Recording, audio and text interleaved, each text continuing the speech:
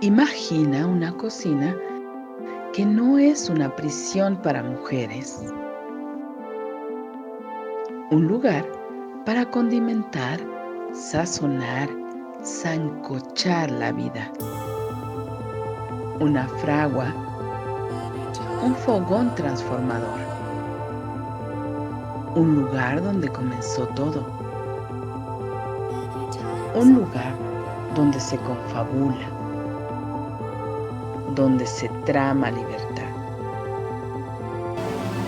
La cocina de Chabela, un nicho donde sazonamos la vida pública con pimienta feminista.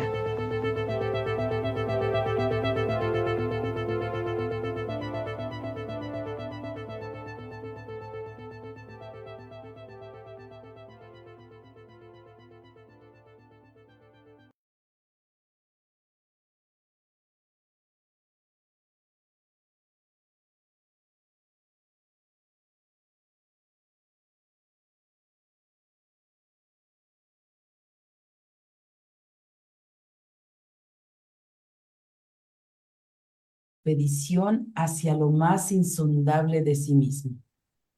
Mientras lo observo alejarse de mis manos, la cabeza echada hacia atrás, los dedos aferrados a la cadena metálica de color indescifrable, reparo en que no existe aún en la literatura de viajes ningún autor que reconozca que la primera odisea, la primera aventura que nos concede el título de viajeros, es siempre a bordo de un columpio.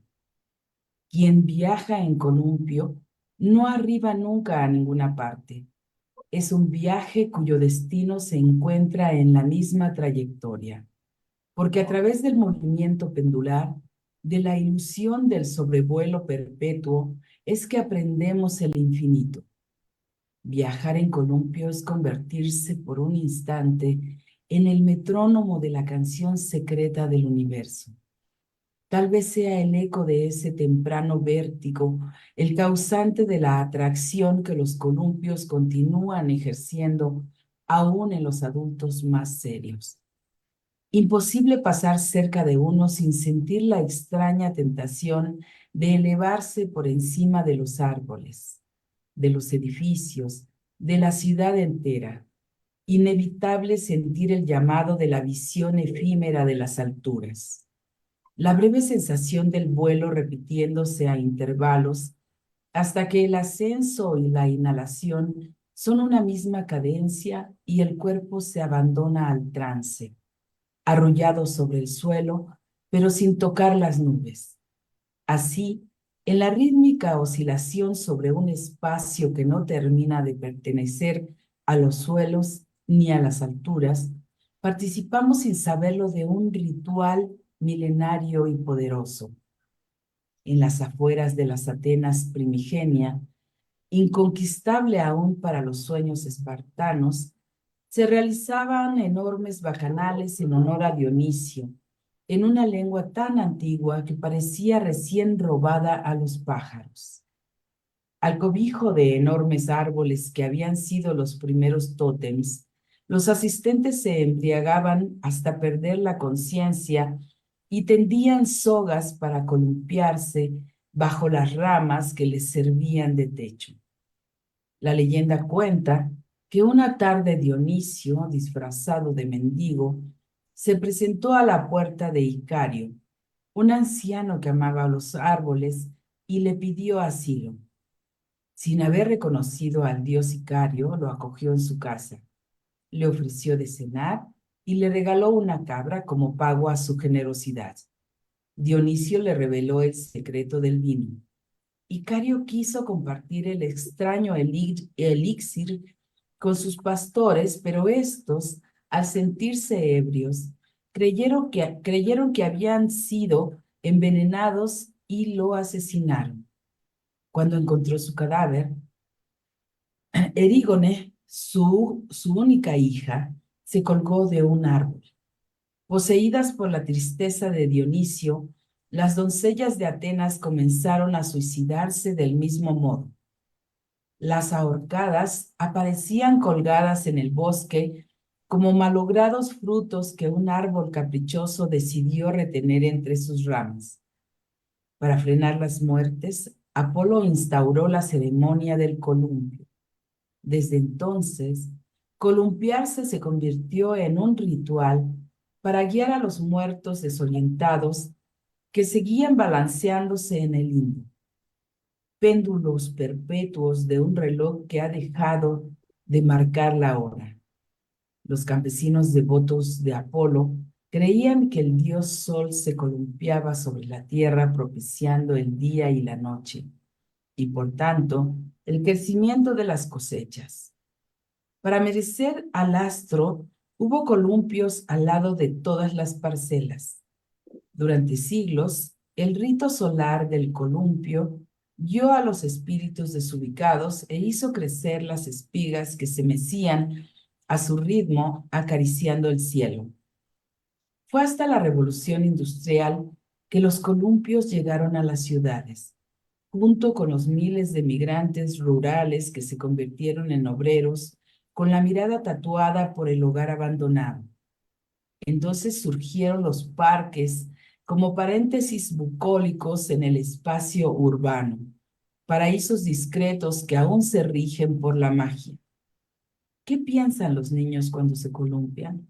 ¿Qué piensa específicamente este niño frente a mí, con los ojos cerrados y la boca abierta, mientras su cuerpo vacila sobre la última de las utopías? Sonríe, ajeno a mi temor de impulsarlo de nuevo y recibir de vuelta solo un asiento vacío, angustia anticipada de su eventual partida irremediable. Puedo intuir en la expresión de su rostro todas las verdades inacibles que le son reveladas durante su viaje, solo para desaparecer al mismo instante en que sus pies hagan de nuevo contacto con la tierra. Se dispersarán sin remedio, igual que se dispersa un sueño hermoso cuando hemos sido despertados con violencia.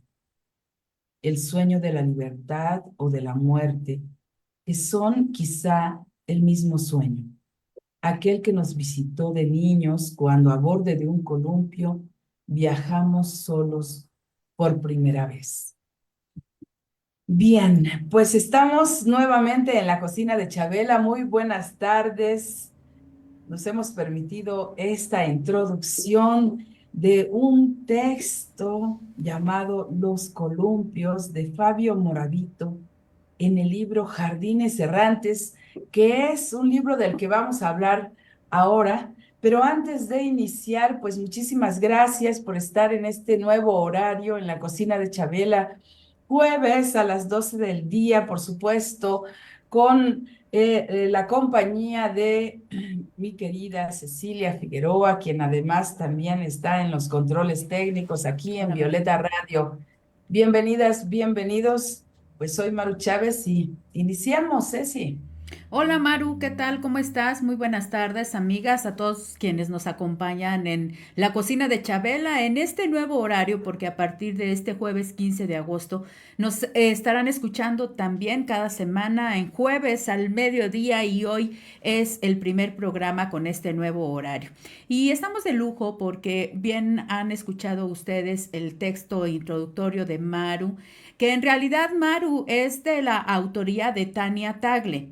Viene al inicio de este texto un pequeño prefacio de Fabio Moravito, efectivamente, pero el texto que acabamos de escuchar en tu voz, que se llama Sobrevuelo, es de Tania Tagle. Ella es la autora del libro que nos ocupa esta tarde, Jardines Errantes. Y para hablar de él se encuentra con nosotras Erika Lujano. Ella hizo la ilustración de esta serie de ensayos y pues de ello vamos a hablar. Erika, muy buenas tardes, bienvenida a la cocina de Chabela. Muchas gracias por el espacio. Es un privilegio estar aquí con ustedes. Bien, Erika, pues estamos acá para hablar de este libro que ha sido ilustrado por ti y que me parece muy loable el poder dar imagen a esta narrativa que pues tenemos, por lo menos en este texto que acabo de leer, que tienes toda la razón, Cecilia Figueroa, perdón por la errata, di el crédito a Fabio Moravito. En realidad Fabio Moravito es una cita dentro del relato. El relato se llama Sobrevuelo y habla de esta, pues más bien hace una descripción bastante bella y profunda desde mi perspectiva, sobre de todo lo que sucede al iniciar el vuelo en un primer momento cuando somos niños, niñas y nos subimos a un columpio. Pues Erika, cuéntanos qué ha significado para ti la ilustración de estos relatos.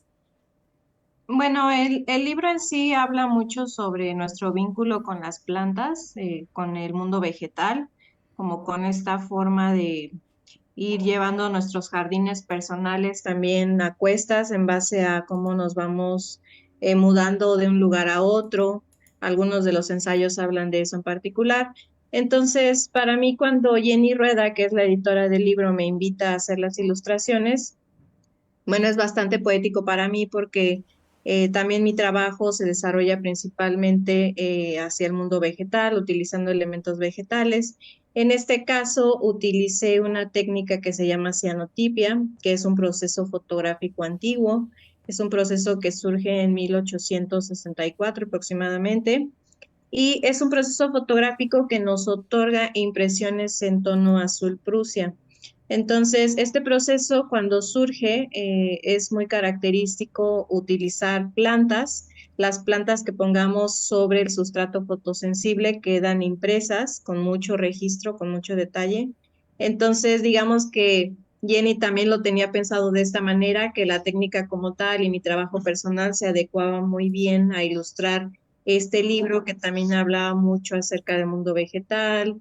Ellas le llaman como a manera de herbario, entonces también la idea de hacer las ilustraciones era pensando como en estos herbarios de nuestros jardines propios.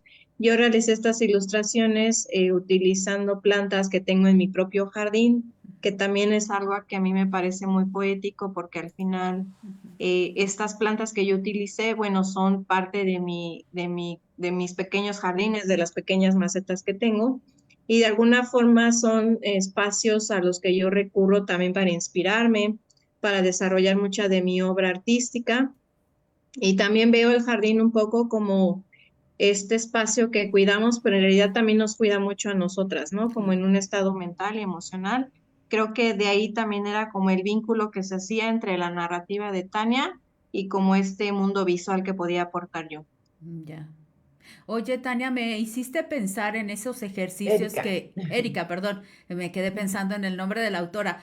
Erika, me hiciste pensar mucho ahorita cuando nos explicaste este asunto de la técnica, en los trabajos que hacíamos para biología allá en los años maravillosos de la secundaria y nos ponían a dejar plasmada una hoja o la planta de nuestro jardín en una pequeña cantidad de yeso o de cal.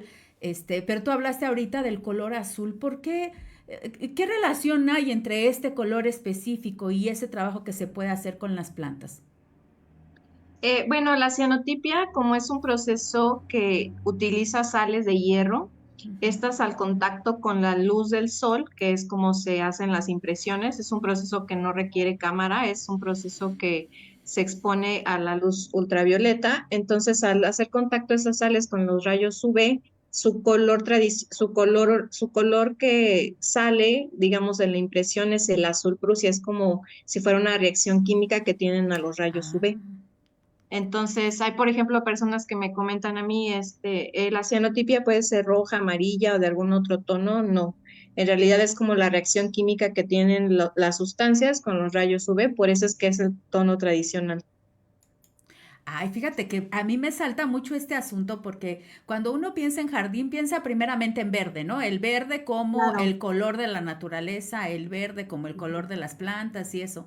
pero de repente vemos esta ilustración de la portada del libro que precisamente está en este tono que nos mencionas y Ujú. me da una sensación mística de infinito, por supuesto, de universo, del cielo. Y cuando miro el título de Jardines Errantes, pues pienso más en la posibilidad de un viaje infinito. No sé tú, Maru, ¿qué opinas también al respecto, Erika? Sí, también un poco, digamos que el azul, sí, como tú lo mencionas, nos lleva como a esta parte de, para mí, por ejemplo, el azul Prusia, de pronto este espacio en el que yo realizo mis trabajos, este espacio azul Prusia sí me lleva mucho como al universo, al cosmos, de repente muchas texturas que se pueden hacer con la impresión, con esta técnica en particular, sí te dan como esta ambientación como de nebulosas, de formas que de alguna manera también son como elementos sutiles, ¿no? Como por ejemplo, yo aquí tengo algunas hojitas de nervaduras de tomate y bueno, estas me dejan también unas impresiones bellísimas y es una técnica que como que te permite también ahondar en un mundo visual un poco mucho más extenso. Y sí, en realidad se combina un poco con las plantas porque al poner un elemento botánico sobre la impresión se registran muchos detalles. Incluso, por ejemplo, en la época cuando inició la técnica, hacían impresión de algas y las algas son un poco translúcidas. Entonces se imprimía con esas, digamos, como con esas diferentes capas entre el elemento sólido y la nervadura que tenían en el centro. Ya. Y tú eres ilustradora especialista en esta técnica o utilizas otras técnicas? Mi trabajo principalmente se desarrolla en cianotipia, digamos que es el proceso que me ha permitido a mí desarrollar mi trabajo artístico. Es una técnica que aprendí cuando estuve estudiando artes visuales, ya hace más de 15 años. Entonces, esta técnica me ayudó mucho a poder desarrollar mi trabajo. Digamos que yo empecé haciendo fotografía y este era un proceso que era como más casero, no se podía hacer sin tener un cuarto oscuro. Entonces me permitió desarrollarme mucho y es, digamos, que el pilar de mi trabajo. A partir de ahí hago otras técnicas, pero generalmente la cianotipia la combino con algunas otras técnicas y mis obras terminan siendo en técnica mixta, pero la cianotipia es como mi base. Sí.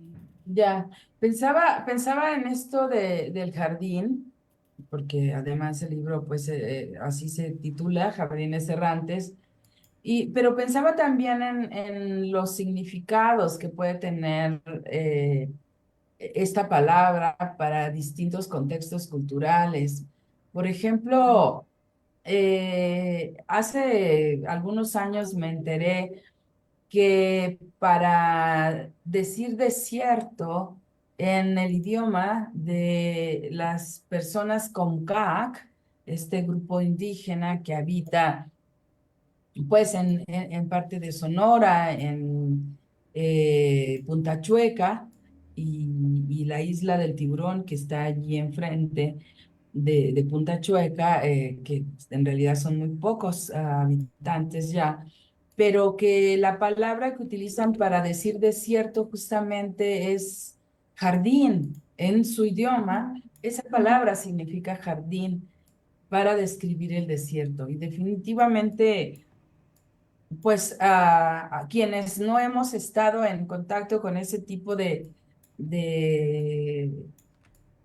paisaje, de naturaleza, digamos, con ese tipo de clima, pues no tenemos la sensibilidad para mirar el jardín, lo que para nosotros significa jardín, para mirar el jardín en pues en ese contexto geográfico, orográfico, como sea correcto llamarla. ¿Qué piensas al respecto, Erika?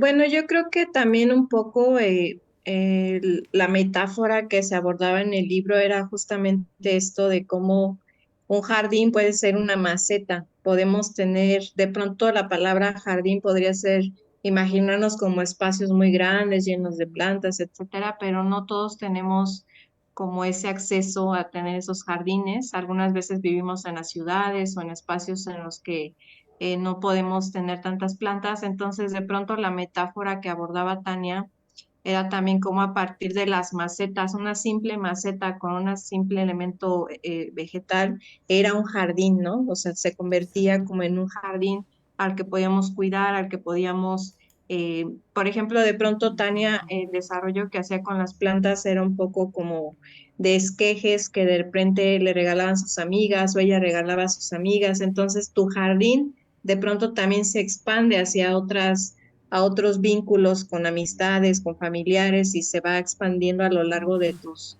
vínculos y amistades. Entonces eso también es muy interesante. Yo creo que el jardín como tal también habla un poquito como del jardín personal, aunque sea pequeñito, es algo que nos acompaña, ¿no? A lo largo de nuestras vidas.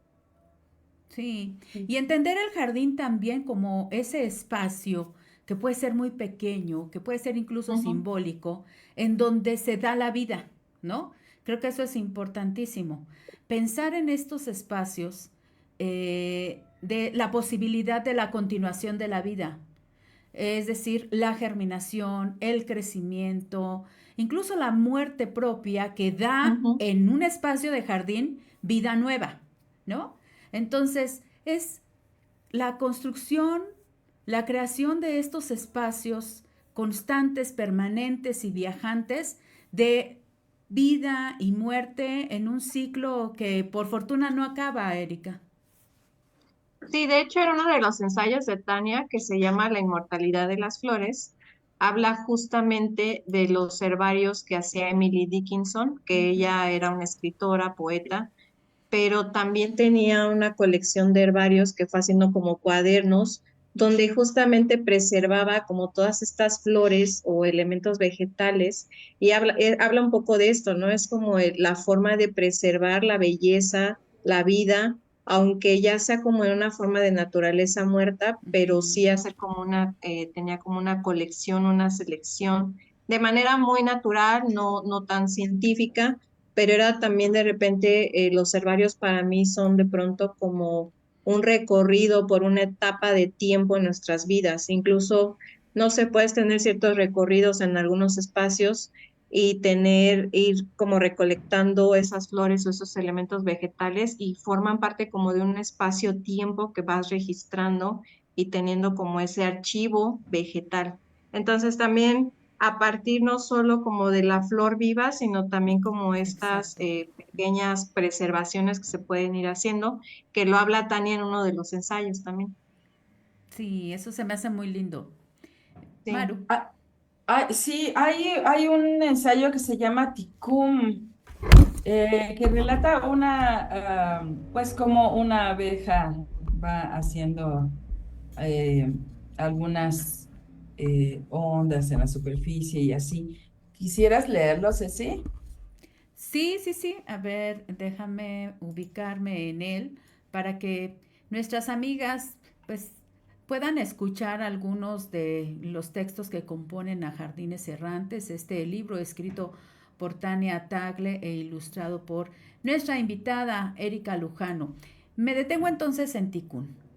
Lo maravilloso nos envuelve y nos empapa con la atmósfera y, sin embargo, no lo vemos.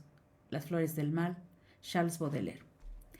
Una abeja se haga en la pileta del patio. Sus alas aún dibujan ondas en la superficie, se agitan, pero ya no hacen zumbar al aire. Mi cara redonda, coronada con un moño ridículo, aparece reflejada y descompuesta en el agua. Me miro mirar a la abeja, mirarla morir casi con indiferencia. Un pequeño espectáculo que me distrae del calor y el tedio de agosto en el jardín. El insecto flota ya sin moverse. Su cuerpo de terciopelo reblandecido parece un nudo de pelos. Me aburre. Me marcho a pedir naranjada y a buscar dientes de león con mis hermanas. Los arrancamos y soplamos uno a uno, y las semillas se van volando como aves migratorias o navecitas de Star Wars o cardúmenes. Pero por la noche recuerdo a la abeja y primero pienso si habrá revivido. Sé que no. Es el primer ser vivo que veo morir y no sentí nada. No recuerdo que me hayan contado cómo. Dormía y me despertaron para avisarme. No me importaron ellas cuando entré a la habitación, sino el vientre púrpura e hinchado como un durazno que se pudre, en las ojeras azules y la sonrisa débil de mi padre. Papá celebra el nacimiento con ramo de rosas blancas sin que yo comprendiera, porque al entrar a ese cuarto solo había percibido de nuevo la muerte. La muerte huele a rosas blancas. Y ahí estaba también cuando atropellaron a mi vecina en su bicicleta y la escuché gritar y luego el golpe. Otra vez con su olor a flores podridas y sus dedos largos abrazando el cuerpo de pájaro de mi amiga. Tirando de ella cuando la arrastraron a la jardinera de la banqueta y a mí me metieron a la casa y me prohibieron acercarme a la ventana para que no viera lo que ya había visto. Y yo sabía que la muerte no se había ido con ella en la ambulancia, que se había quedado a montar guardia en mi calle y que por eso se malograron los sicómoros y se secaron para siempre las gardenias frente a mi casa. Y también la vi en el fondo de los ojos de Denise cuando empezó a perder el pelo por la quimioterapia. Reconocí a la muerte y a sus manos como enramadas que la cubrían. Cuando en el recreo nos pidió que si algo le pasaba, cuidáramos a su perro. Un maltés tonto que no dejaba de ladrar alrededor suyo para espantar a la muerte y que a los pocos meses se murió también. Las monjas de la escuela nos hicieron llevar claveles y rezar una novena por Denise, pero nos castigaron cuando quisimos rezar por el perro. Nos dijeron irrespetuosas y nos corrieron de la capilla. La infancia es el periodo en el que aprendemos a morir y a ver morir, me digo bajo el chorro de la regadera esta mañana. Hace una semana que no alcanzo a ver mis pies. Si bajo la vista, mi vientre dibuja un horizonte vertical. Adentro me germina un primer hijo en una pecera de sangre. La vida no se aprende hasta que ha cesado la impaciencia y sabemos esperar. Crezco sin prisa como las gerberas, guardar y aguardar. La cicatriz de la cesárea se estira, duele. Nicolás juega a contener la respiración. Repara en mí de repente. Mami, estás tan gorda. ¿Es mi hermano en tu panza el que te puso así? ¿Te vas a morir cuando nazca? Pero los hijos no nacen y ya. Están naciendo de nosotras siempre.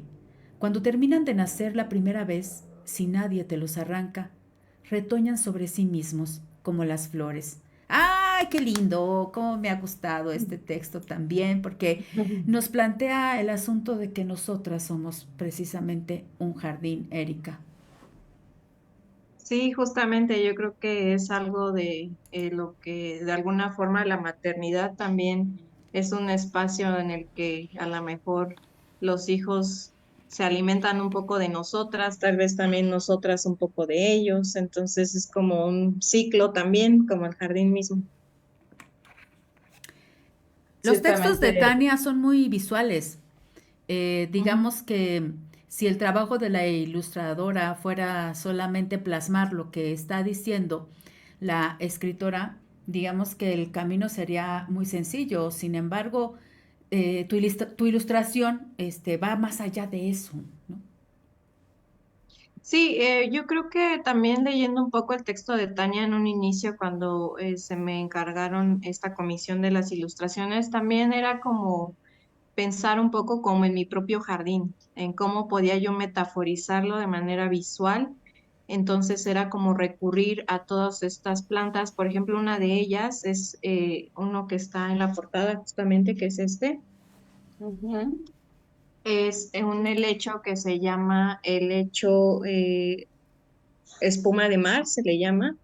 Y bueno, ese es un helecho que yo en algún momento en algún vivero lo vi, me enamoré y lo compré, lo traje a mi casa a formar parte de mis macetas, de mis pequeños jardines. Y hace no mucho, un poquito antes de que hiciera las ilustraciones, recuerdo que mi abuelita me dijo, vino a mi casa de visita y me dijo, ese helecho le encantaba a tu bisabuela. Entonces me pareció muy poético porque de alguna forma es como, lo veo como si fuera un gusto heredado, que lo traemos en alguna parte interna y lo reconocemos y otra vez vuelve el vínculo, ¿no? Porque para mí es un helecho muy especial, me gustó mucho, lo uso en diferentes impresiones de mi trabajo y enterarme que también era algo que mi bisabuela adoraba, que fue como algo simbólico que también formó parte como de este libro, del cual también de pronto el jardín es lo que genera como ciertos vínculos hacia la maternidad, hacia la amistad, hacia diferentes espacios que podemos ir forjando.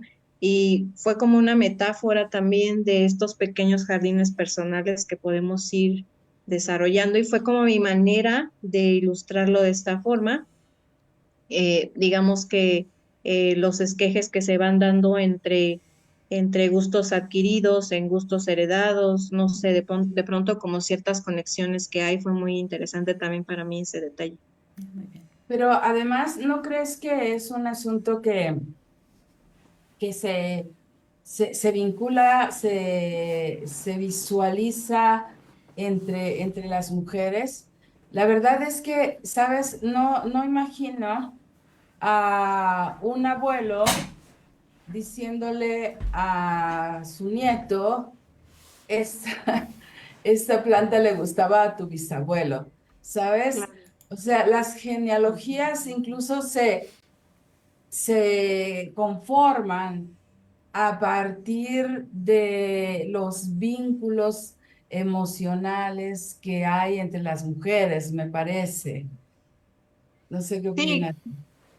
creo que también un poco esta parte como del desarrollo que tenemos las mujeres hacia el vínculo que ejercemos con el mundo vegetal, sí es un poco, digo, no quisiera generalizar, pero yo sí creo que también es algo como más femenino. Ujú, ujú. Nos reconocemos un poco más como en los ciclos, reconocemos como ciertas pautas del desarrollo del mismo elemento vegetal, incluso como lo mencionas, de pronto que yo saber que a mi bisabuela le encantaba, bueno, es este proceso también que tenemos de observación de nuestro entorno.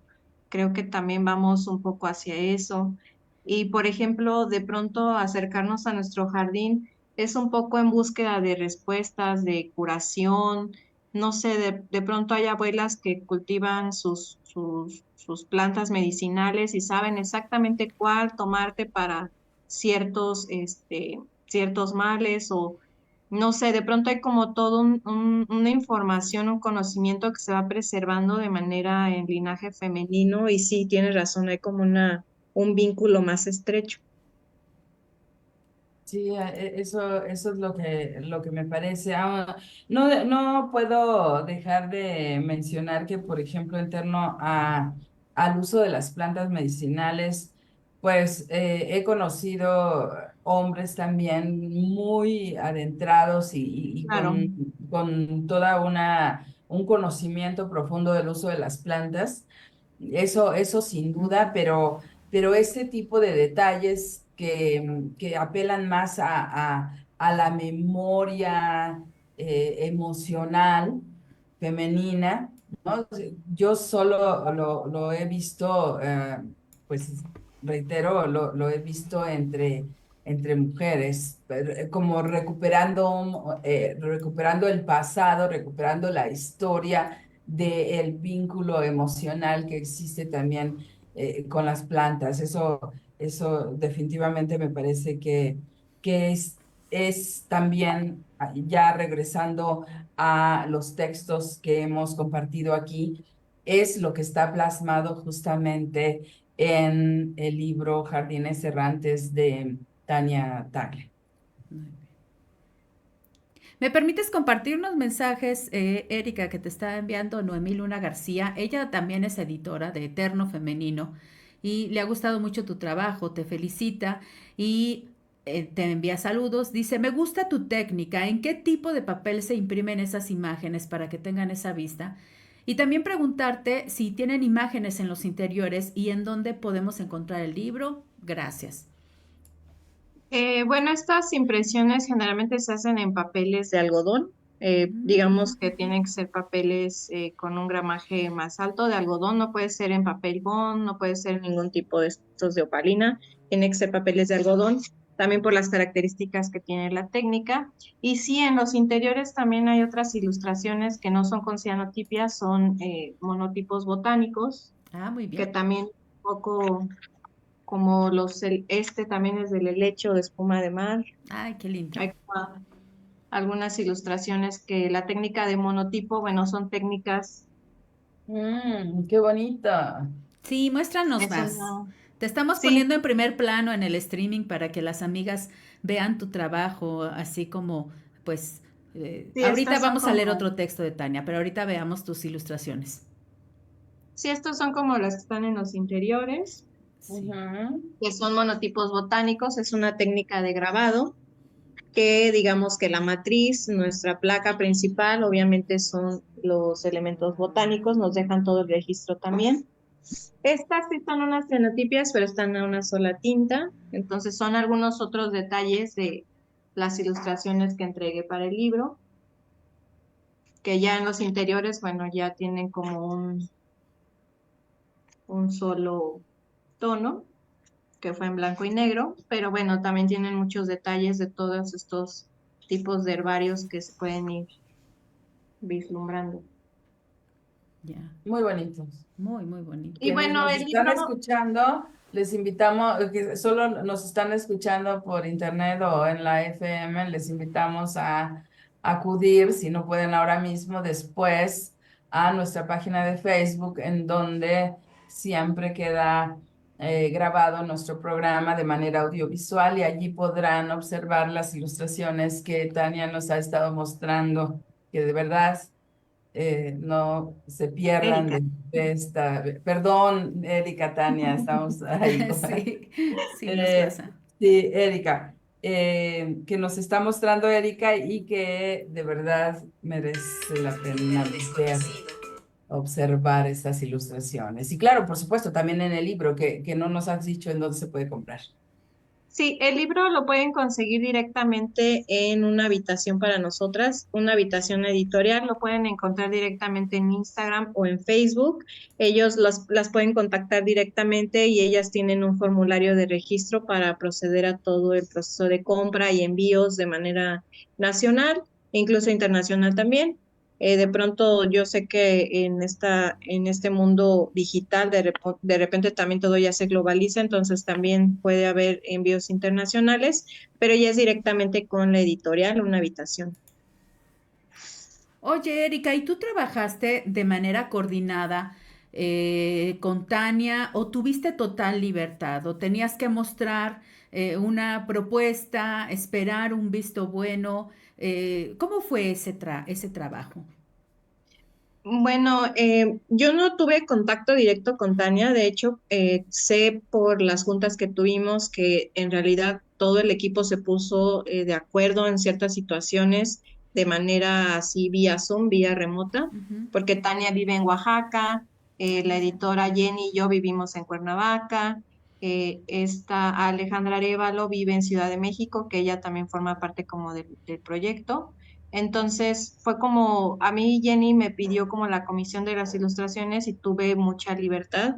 También pensando, ya había trabajado con Jenny antes en unas ilustraciones para un libro de su autoría, ya habíamos usado cianotipia, entonces más bien Jenny como que tuvo la visión de que al leer el trabajo de Tania, cuando empezó a leer, digamos, el manuscrito, del texto, inmediatamente pensó en mi trabajo, pensando como en esta línea que vincula el mundo vegetal con la manera visual y la manera escrita, ¿no? En cómo se podía transformar, tener como una línea narrativa entre ambas partes.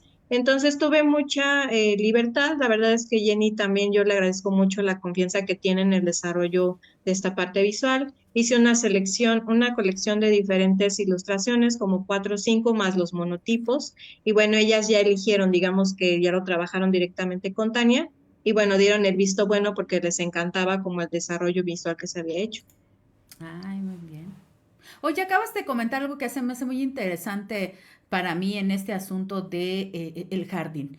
Eh, eh, Vivir donde vives, no sé si también naciste allí en Cuernavaca, pues te determina, ¿no? Los determina mucho a la gente de Cuernavaca, las flores, las plantas, el cuidado, pues son trascendentes en su vida. ¿Cómo ha sido para Erika vivir en la ciudad de la eterna primavera, en este constante convivencia con las flores y con las plantas? Sí, yo nací en la Ciudad de México, pero desde los 8 años nos venimos a vivir. Mi papá decidió, mi familia decidieron venirse a vivir a Cuernavaca, entonces desde los 8 años yo estoy aquí ya no mi hermano, por ejemplo, regresó a la ciudad, mi mamá, pero yo me quedé aquí en Cuernavaca.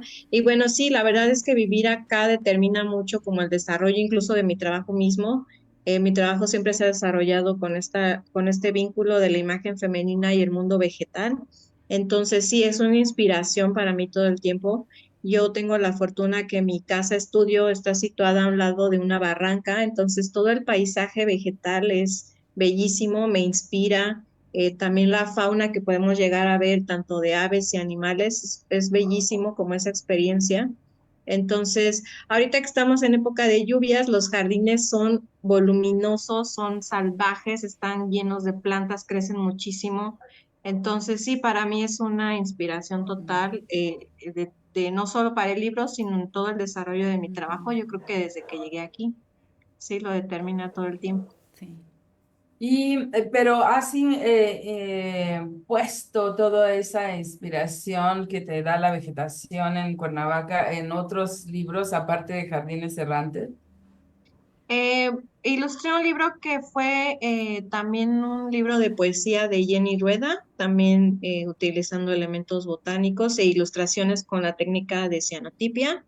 Y en algún momento también llegué a hacer alguna portada para ilustraciones para libros independientes que me piden las autoras. Ya he hecho varios trabajos, no solo en cianotipia, sino en algunas otras técnicas. Y también por ahí para un libro, creo que era de psicología para la editorial Person. También llegué a hacer una ilustración, también era con cianotipia, era como para un libro de texto del tema en psicología. Y bueno, he tenido como estas introducciones a hacer diferentes portadas, que para mí es muy interesante porque yo la verdad es que soy artista visual, entonces de pronto me llegan como comisiones de este tipo de ilustraciones. Me parece muy interesante cómo mi trabajo se puede ir hacia otro rubro. No tanto, yo no soy tanto como de trabajar en eso formalmente, sino como también mi trabajo se puede ir hacia otros espacios que puedan ilustrar trabajos de otras personas y ser como la cara de los libros. También es muy interesante.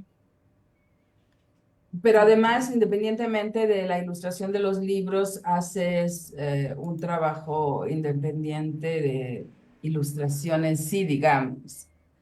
¿Tienes Sí, alguna obra de ese tipo? Eh, yo básicamente, pues yo trabajo todo el tiempo como artista independiente. Digamos que yo también doy talleres de las técnicas que uso en mi trabajo cotidiano artístico.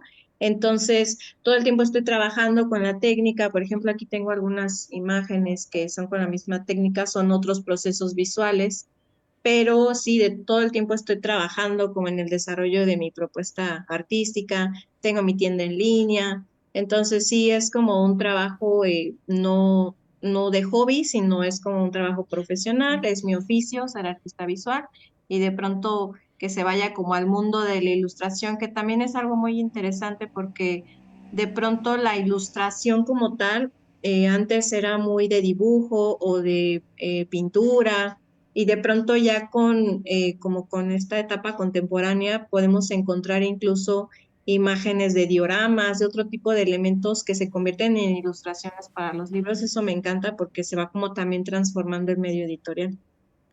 Sí.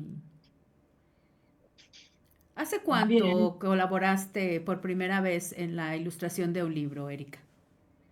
Yo creo que ya tiene como unos 5 años, 6 años que me ofrecieron como ese primer libro para ilustrar, y algunos otros que hice después a veces me escriben las autoras van a autopublicarse un libro de poesía y me piden a mí la ilustración para sus libros. Entonces también ya es Ujú. como un vínculo distinto.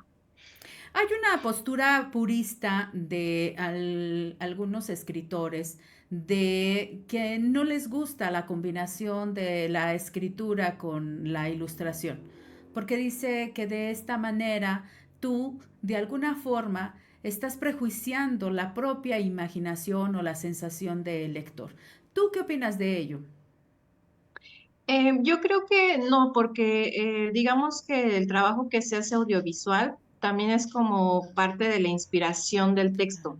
Yo creo que eso es algo también muy importante porque estas ilustraciones nacen al leer el libro también. A pesar de que mi trabajo esté vinculado con las plantas, también es como darle este vínculo. Entonces, más bien yo creo que las ilustraciones pueden ser como un esbozo visual que también te permite imaginar desde otro punto de vista. Yo creo que es algo que se puede aunar a lo que tú imagines del texto, porque por supuesto en este caso en los ensayos de Tania, pues sí es muy enriquecedor como los detalles visuales que te da la escritura. Entonces, para mí nada más es como acompañar, pero forma parte y puede como inspirar aún más el proceso visual que puede tener cada quien. Yo creo que para mí no está peleado, yo creo que más bien es todo lo contrario, es Ujú. algo que puede eh, combinar y hacer un poco más redondo la situación.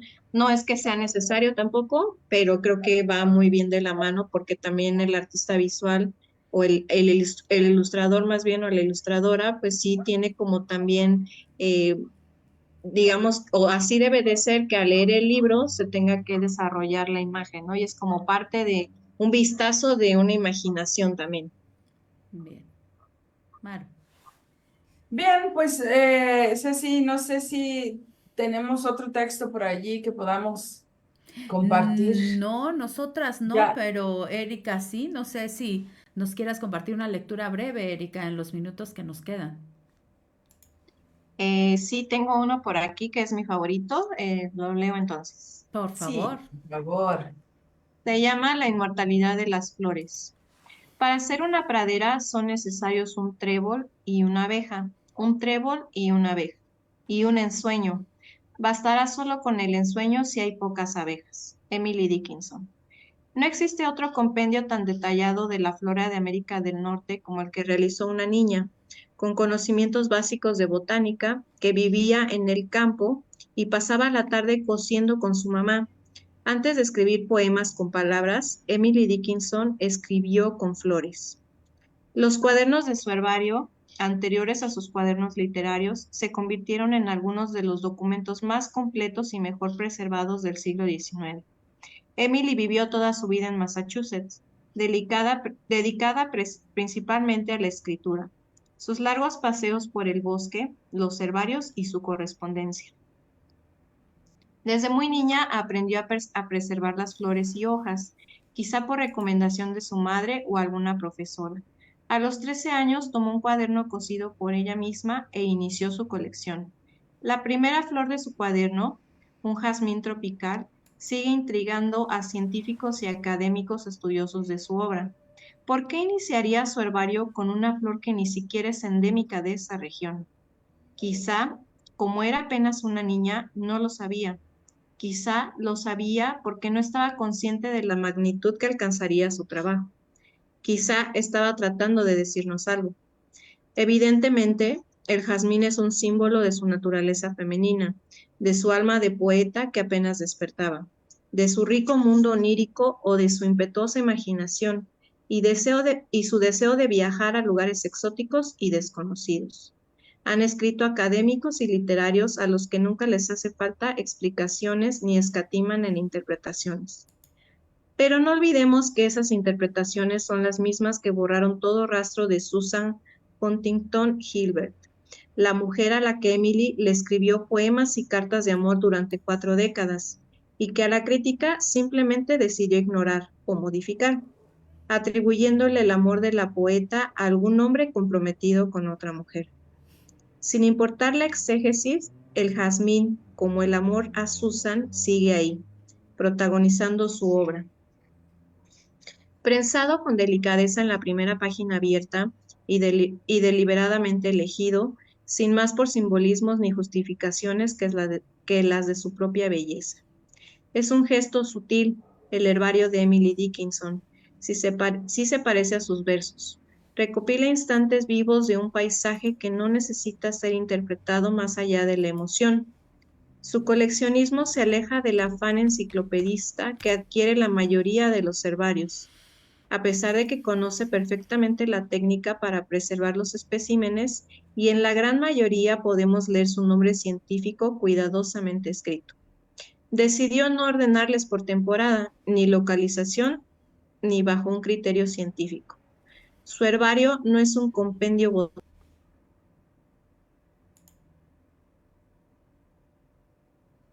Cada Sí, elemento elegido va trazando un mapa emocional de sus caminatas por el bosque. Es el registro de una mirada que sabía cultivar el asombro, de su pasión por las flores y su deseo de preservarlas de la muerte, para observarlas sin importar el cambio de estaciones. Preservar la belleza de su condición efímera, conservar registro de aquello que amamos para poder volver cuando lo hayamos perdido, ¿no es también el motivo por el que escribimos poesía? Y ya, ahí termino. qué Ay, qué bonito. bonito, qué bonito. Sí, es muy bonito. Pues hemos pasado Bien. un rato muy agradable, Erika. Por favor, dale nuestros saludos a Tania. Queremos tener la oportunidad de leer todos los ensayos, pero también de apreciar tu trabajo de ilustración. Gracias por estar aquí con nosotras, Gracias. Maru. Recuérdanos en dónde podemos adquirir el libro. Perdón, no escuché. Recuérdanos en dónde podemos adquirir el libro para poder mirar tus ilustraciones. Pueden comprarlo directamente en una habitación editorial, la pueden buscar directamente en Instagram o en Facebook y poniéndose en contacto directo con ellas pueden adquirir el ejemplar. Muy Muy bien, bien. pues estaremos buscándolo, Erika. Pues muchísimas gracias por estar aquí en la cocina de Chabela, acompañándonos con estas bellas ilustraciones y estos bellos textos de Tania Tagle. Muchas gracias y pues nos encontramos, Ceci Figueroa, en la siguiente emisión de la cocina de Chabela, el siguiente martes primero y después el jueves nuevamente. Hasta Muchas pronto. gracias. Muchas gracias.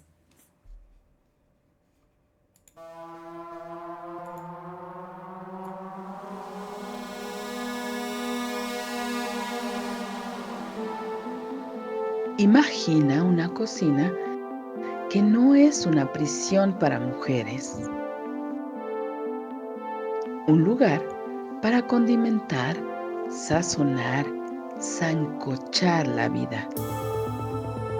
Una fragua, un fogón transformador. Un lugar donde comenzó todo.